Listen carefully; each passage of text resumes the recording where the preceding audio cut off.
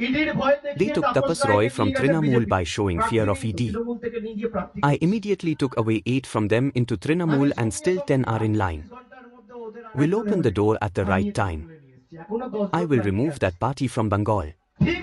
All their anger is on me. Since the last 3 to 4 years the ED and CBI has been after me and my family, my father, my mother, my wife, me. They have not spared anyone. Did I bow down to them? No. Even if they cut off my head, I will not bow down. We are not dishonest. We will not bow down to them sitting in Delhi.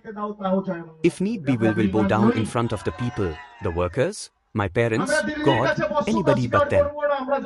We will not sell our backbone in front of those sitting in power in Delhi. মায়ের কাছে করব, বাবার কাছে করব, আল্লাহর কাছে করব, ভগবানের কাছে করব, ঈশ্বরের কাছে করব, সর্বশক্তিমানের কাছে করব। আমরা দিল্লির স্বৈরাচারীদের কাছে মেরুদণ্ড বিক্রি করব না, মস্যতা স্বীকার করব না।